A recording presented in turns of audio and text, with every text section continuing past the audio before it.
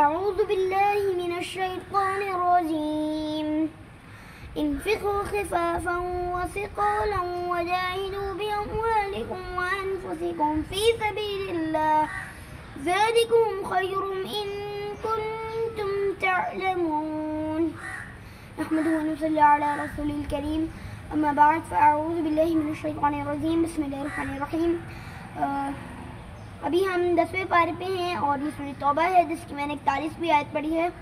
یہ آیت گزرتے روپ میں جو مسلمان گزرے ان کی طرف اشارہ کرتی ہے کہ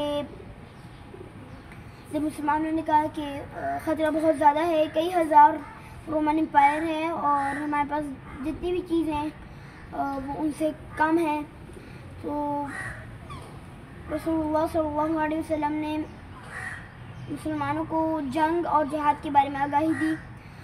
تو ان میں سے بہت سارے لوگوں نے سوچا کہ کیا میں ان چیزوں میں ماہر ہوں کہ میں پہلے کبھی نہیں گیا وغیرہ وغیرہ. تو اللہ نے کہتے ہیں نا انفقوا خفافا وثقالا, انفقوا تم نکلو آگے بڑھو, خفافا چاہے ہلکی ہو, وثقالا یا بھاری یعنی آپ کے پاس بہت زیادہ مال ہے یا کوئی مال نہیں ہے, چاہے آپ کے پاس بہت زیادہ ٹیلنٹ ہے یا کوئی ٹیلنٹ نہیں ہے, آپ ذہین ہو یا نہیں ہو.